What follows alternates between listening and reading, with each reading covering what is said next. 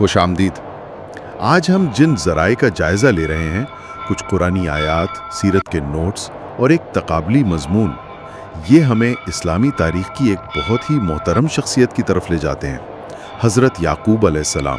جی بالکل، ان کا نام آتے ہی صبر اور اللہ پر یقین کا تصور ذہن میں آتا ہے۔ صحیح، اور آج ان ذرائع کو سامنے رکھتے ہوئے ہمارا مقصد ہے کہ حضرت یعقوب علیہ السلام، جنہیں قرآن پاک میں اسرائیل بھی کہا گیا ہے، ان کی زندگی کے ان پہلوؤں کو سمجھیں جو آج بھی ہمارے لیے اہم ہیں۔ جی، وہ صرف ایک نبی نہیں بلکہ انبیاء کے اس عظیم سلسلے کا حصہ تھے جو حضرت ابراہیم علیہ السلام سے شروع ہوتا ہے۔ تو آج کی اس گفتگو میں ہم کوشش کریں گے کہ ان ذرائع سے وہ خاص باتیں نکالیں جو حضرت یعقوب کے صبر، ان کے توکل اور ان کی زندگی سے ملنے والے سبق کو واضح کریں۔ اور ان کی اولاد بنی اسرائیل تاریخ کا ایک اہم حصہ ہے، اس کی بنیاد بھی انہی سے جڑی ہے۔ تو آئیے شروع کرتے ہیں۔ حضرت یعقوب علیہ السلام، آپ کا تعارف اگر ہم دیکھیں۔ جی، جیسا کہ تمام ذرائع بتاتے ہیں، آپ حضرت اسحاق علیہ السلام کے بیٹے تھے اور حضرت ابراہیم علیہ السلام کے پوتے۔ آپ کی والدہ کا نام ربقہ تھا۔ اور اللہ نے آپ کو نبوت عطا فرمائی۔ جی ہاں، نبوت کے عظیم منصب سے نوازا گیا۔ ایک بات جو فوراً ذہن میں آتی ہے وہ آپ کا لقب اسرائیل ہے، اس پر کچھ روشنی ڈالیں گی؟ ذرائع میں اس کے معنی پر کچھ بحث ہے۔ جی دیکھیں، عام طور پر جو مشہور معنی ہیں وہ ہیں اللہ کا بندہ یعنی عبداللہ، یہ بالکل درست ہے۔ اچھا، لیکن ایک لغوی نوٹ جو ہمارے پاس ہے اس میں ایک اور دلچسپ پہلو یہ بتایا گیا ہے کہ اس کا ایک ممکنہ مفہوم وہ جو اللہ کے ساتھ یا اللہ کے لیے جدوجہد کرتا ہے۔ اوہ، یعنی جدوجہد کرنے والا، یہ تو ان کی زندگی کی عکاسی کرتا ہے۔ بالکل، شاید ان کی آزمائشوں بھری زندگی کی طرف اشارہ ہو، اور اسی نسبت سے پھر آپ کی اولاد بنی اسرائیل کہلائیں۔ یعنی اسرائیل کی اولاد، اور یہ وہی نسل ہے جس کا ذکر قرآن میں اور دوسری آسمانی کتابوں میں بہت زیادہ ملتا ہے، لیکن ہمارے اسلامی ذرائع میں اس پر زیادہ زور نہیں ہے شاید۔ جی، اسلامی روایات میں اس کا ذکر کم ہے، لیکن جو تقابلی مضمون ہے اس میں بتایا گیا ہے کہ یہودی اور عیسائی روایات میں عیسو اور ان کے حضرت یعقوب علیہ السلام سے تعلقات کافی اہم سمجھے جاتے ہیں۔ اچھا، یہ ایک فرق ہے۔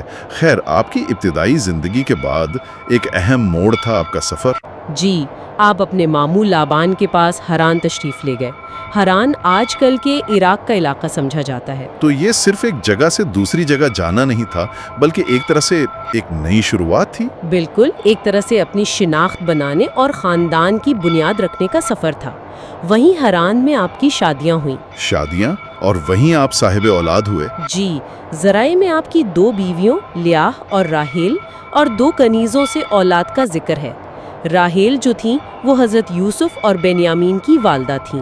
اور یہیں سے بنی اسرائیل کے 12 قبیلوں کی بنیاد پڑی؟ جی ہاں، اللہ نے آپ کو کثیر اولاد عطا فرمائی، کل 12 بیٹے تھے۔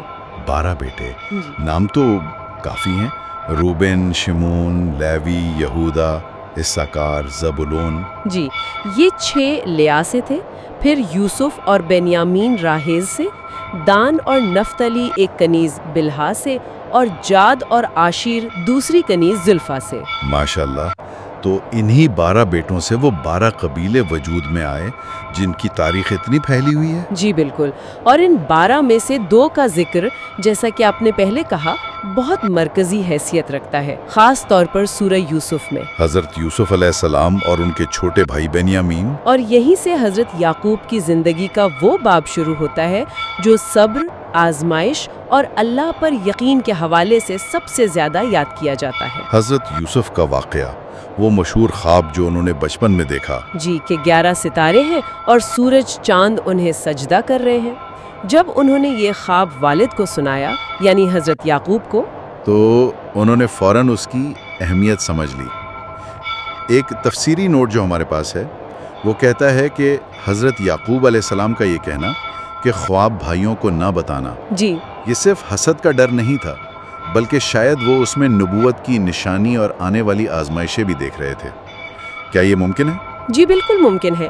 سورہ یوسف کی آیات 4 اور 5 میں یہی اشارہ ملتا ہے کہ وہ سمجھ گئے تھے کہ یہ یوسف علیہ السلام کے بلند مقام کی طرف اشارہ ہے، لیکن احتیاط کے باوجود بھائیوں کے دل میں حسد آ ہی گیا۔ انہیں لگا کہ والد صاحب یوسف اور بنیامین کو زیادہ چاہتے ہیں۔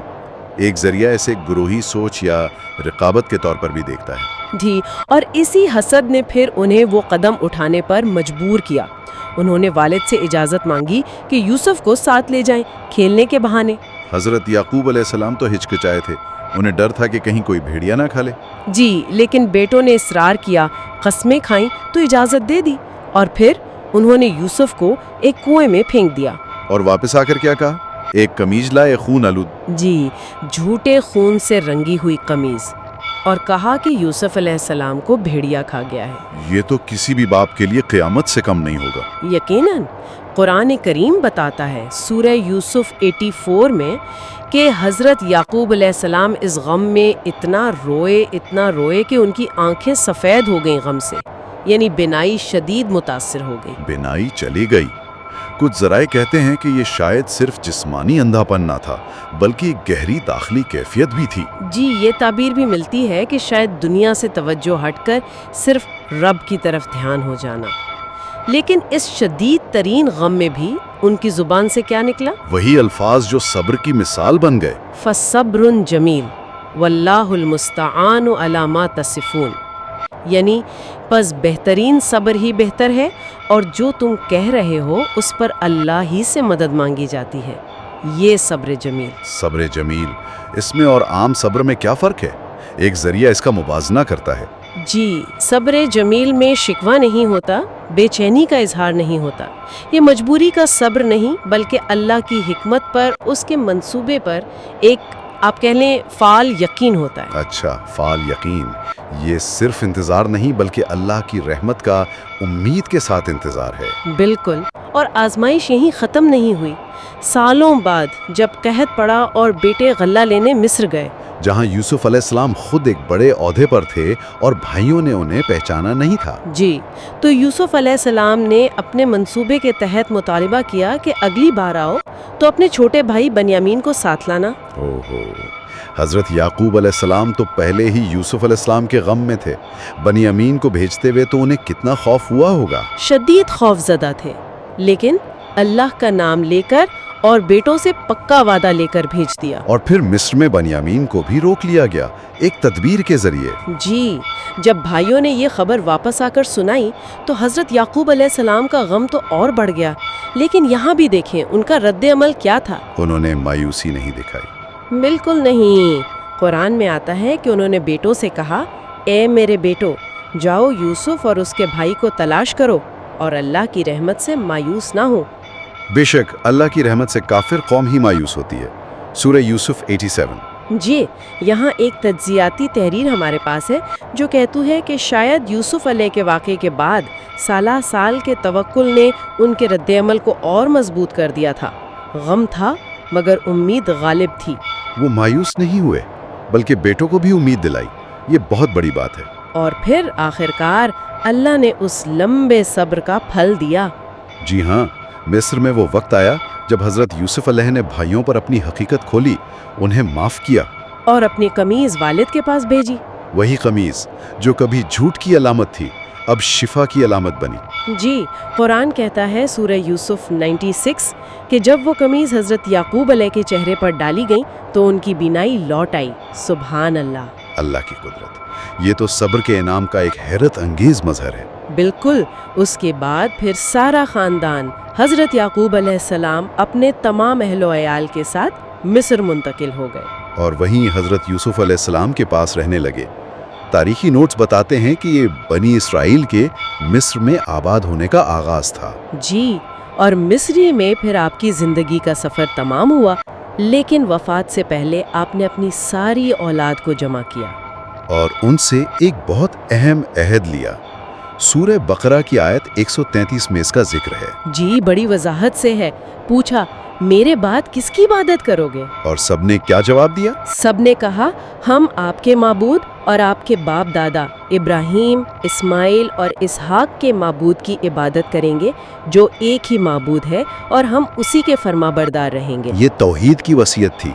ایک ذریعہ اسے بنی اسرائیل کے لیے ایک بنیادی عہد قرار دیتا ہے۔ جی، یہ صرف باپ کی نصیحت نہیں تھی، یہ ان کی اجتماعی شناخت کی بنیاد تھی، توحید ابراہیمی پر قائم رہنے کا عہد۔ آپ کی وفات تو مصر میں ہوئی، لیکن تدفین کہاں ہوئی؟ آپ کی وصیت تھی کہ انہیں کنعان میں دفنایا جائے، تو آپ کے جسد مبارک کو کنعان، موجودہ الخلیل یا ہیبرون، لایا گیا اور وہیں حضرت اسحاق اور حضرت ابراہیم کے پہلو میں دفن کیا گیا۔ آبائی سرزمین سے گہری وابستگی کی نشانی؟ بلا شبہ حضرت یعقوب علیہ السلام کی زندگی، ان کا کردار قرآن میں بہت نمایاں ہے۔ خاص طور پر سورہ یوسف میں وہ ایک مرکزی شخصیت ہیں۔ وہ صرف نبی نہیں بلکہ ایک شفیق باپ، ایک حکمت والے رہنما اور صبر کا ایک عظیم نمونہ ہے۔ جی، اور ان ذرائع سے جو سبق ملتے ہیں وہ بہت واضح ہیں۔ کیا ہیں وہ اہم اسباق؟ دیکھیں، سب سے پہلے تو ان کا بے مثال صبر، یعنی صبر جمیل، پھر ہر حال میں اللہ پر کامل بھروسہ، توکل، اولاد سے محبت اور ان کی تربیت کی فکر، جی، اور توحید پر مضبوطی سے قائم رہنا اور اسی کی تلقین کرنا، اور ایک بہت اہم بات، معافی۔ جی ہاں، معافی اور درگزر، بیٹوں کی اتنی بڑی غلطی کے باوجود انہیں معاف کر دینا۔ یہ واقعی بہت بڑا حوصلہ ہے۔ جن بیٹوں کی وجہ سے اتنی تکلیف اٹھائی، انہیں نہ صرف معاف کیا بلکہ ان کے لیے دعا بھی کی۔ بالکل، اور شاید سب سے بڑا سبق یہ ہے، جس پر تمام ذرائع متفق ہیں، کہ حالات کتنے ہی مشکل کیوں نہ لگے، اللہ کی رحمت سے مایوس نہیں ہونا۔ حضرت یعقوب علیہ السلام کی زندگی اس کا ثبوت ہے کہ سخت ترین آزمائشوں کے بعد بھی اللہ آسانیاں پیدا کرتا ہے۔ جی، تقابلی مضمون میں یہ بھی ذکر ہے کہ یہودیت اور عیسائیت میں بھی حضرت یعقوب، جیکب کو ایک عظیم پیغمبر اور بنی اسرائیل کا جد امجد مانا جاتا ہے۔ اگرچہ کچھ تفصیلات مختلف ہیں، جیسے عیسیٰ والا معاملہ یا وہ کشتی والا واقعہ جو ان روایات میں زیادہ ہے۔ جی، وہ تفصیلات قرآن میں اس طرح نہیں، لیکن ان کی عظمت پر اتفاق ہے۔ تو خلاصہ یہ ہوا کہ حضرت یعقوب علیہ السلام کی زندگی صبر، ایمان، آزمائش میں ثابت قدمی اور خاندان کی اہمیت کا ایک لازوال نمونہ ہے۔ ان کی کہانی ہمیں سکھاتی ہے کہ دکھ اور نقصان میں بھی امید اور یقین رکھنا ممکن ہے، بلکہ ضروری ہے۔ اور یہ بھی کہ غم، آنسو، یہ انسانی جذبات ایمان کے خلاف نہیں ہیں۔ جی، اہم یہ ہے کہ ان جذبات کے ہوتے ہوئے بھی اللہ کی حکمت پر یقین اور اس کی رحمت کی امید باقی رہے۔ یہی چیز انسان کو ٹوٹنے سے بچاتی ہے۔ بالکل، اور یہاں ہمارے سننے والوں کے لیے ایک نقطہ ہے غور کرنے کا، جو ان ذرائع سے ابھرتا ہے۔ جی، حضرت یعقوب علیہ السلام نے دہائیوں پر محیط جدائی اور غم جھیلا۔ ایک ذریعے میں یہ سوال ہے کہ کیا ان کا صبر صرف ایک آپ کہیں پیسو انتظار تھا، یا یہ مایوسی کے خلاف ایک مسلسل فعال جد و جہد تھی، ایک جہاد بن نفس تھا؟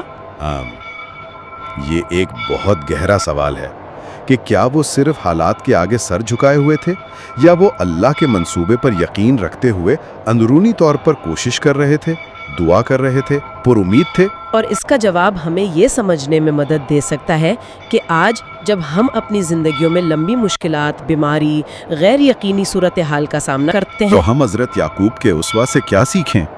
صرف برداشت کرنا، یا امید اور یقین کے ساتھ فعال طور پر اللہ کی رحمت کے منتظر رہنا؟ یہ وہ پہلو ہے جو ان کی سیرت کو آج بھی ہمارے لیے زندہ اور متعلقہ رکھتا ہے۔ بالکل، بہت خوب، یہ واقعی ایک اہم نقطہ ہے جس پر سوچا جا سکتا ہے۔ اسی کے ساتھ ان ذرائع پر ہماری یہ گفتگو یہاں ختم ہوتی ہے۔ آپ کا بہت شکریہ۔ شکریہ۔